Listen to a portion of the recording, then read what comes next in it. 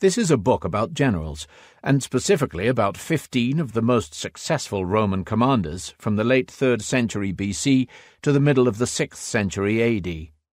Some of these men are still relatively well known, at least amongst military historians. Scipio Africanus, Pompey, and Caesar would all certainly be considered for inclusion amongst the ranks of the ablest commanders in history, while others have been largely forgotten. All, with the possible exception of Julian, were at the very least competent generals who won significant successes, even if they ultimately suffered defeat, but most were very talented.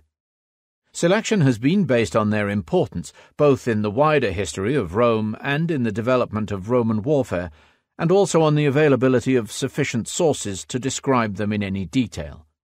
There is only a single subject from each of the 2nd, 4th, and 6th centuries AD, and none from the 3rd or 5th centuries, simply because the evidence for these periods is so poor. For the same reason, we cannot discuss in detail the campaigns of any Roman commander before the Second Punic War. Yet the spread remains wide, and the individual subjects illustrate well the changes both in the nature of the Roman army and in the relationship between a general in the field and the state. Rather than survey a man's entire career, each chapter focuses on one or two specific episodes during his campaigns, looking in some detail at how each man interacted with and controlled his army.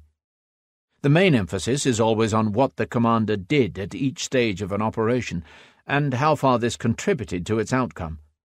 Such an approach, with elements of biography and a concentration on the general's role, on strategy, tactics and their implementation, and on leadership, represents a very traditional style of military history.